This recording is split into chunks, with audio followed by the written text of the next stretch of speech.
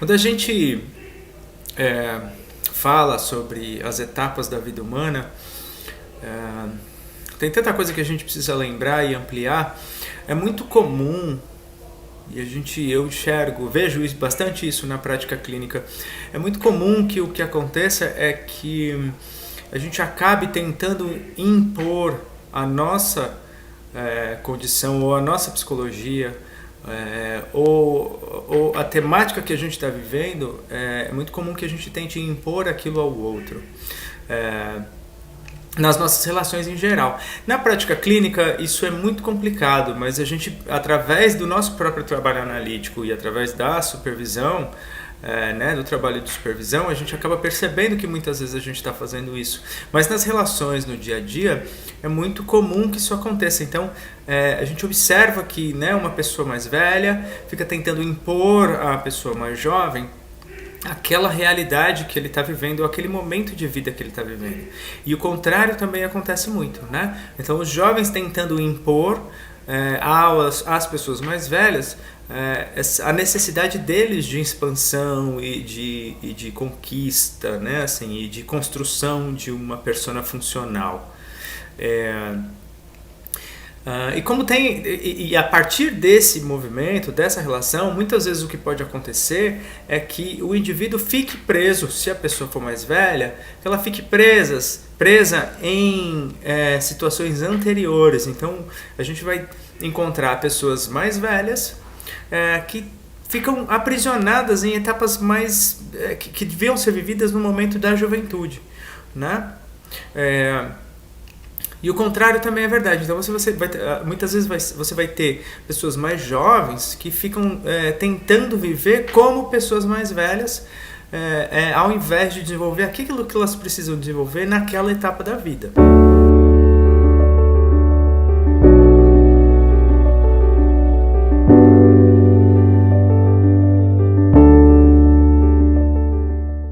Não é porque a pessoa está vivendo uma juventude, ela está num momento da vida em que ela precisa dessa ampliação e dessa construção, da construção social, da construção material, da construção das relações.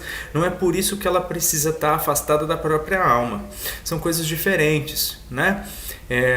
Inclusive, se essa busca for uma busca muito voltada para o resultado, ou uma busca unilateralizada e literalizada do mundo material, né? Algo que busque compensações financeiras o tempo inteiro, provavelmente essa pessoa vai desenvolver problemas psicológicos ou problemas de adaptação, talvez não para o mundo externo, mas muitas vezes para o mundo interno. Então, reforçando essa ideia de que não é porque o indivíduo está na juventude que ele precisa estar buscando algo que esteja afastado do chamado interno dele, né? Isso é muito interessante, porque quando o Jung fala do processo de individuação, o processo de individuação, na verdade, ele está acontecendo o tempo inteiro. Ele está acontecendo talvez desde a nossa concepção, mas desde o nosso nascimento, com certeza.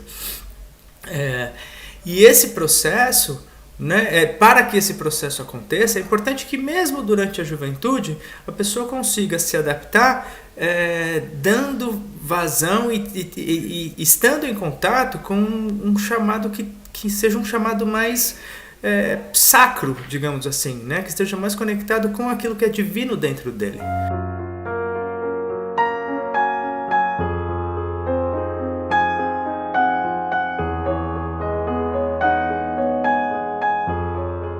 Então isso é só para a gente pensar na ideia de que não é porque eu estou buscando uma adaptação social, material, né, na primeira metade da vida, que eu preciso estar afastado da minha própria alma para conseguir alcançar isso, né?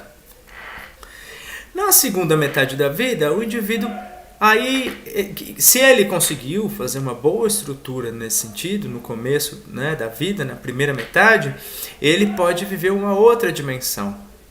Então aí ele vai para uma busca muito mais espiritual, uma busca muito mais conectada com o servir, com aquilo que a gente chama na psicologia junguiana de servir, que é devolver para a coletividade aquilo que eu conquistei durante a primeira metade da vida. Isso não quer dizer que o indivíduo que chega na segunda metade da vida e não tenha conquistado tudo que ele precisava fazer na primeira, isso não quer dizer que ele está amaldiçoado, né? E que ele não vai conseguir encontrar o caminho para o processo de individuação. Né? Na verdade, através de uma prática, de uma atitude simbólica, de uma prática que leve ele a ter contato com esses conteúdos anímicos, a chance dele conseguir encontrar esse caminho também existe.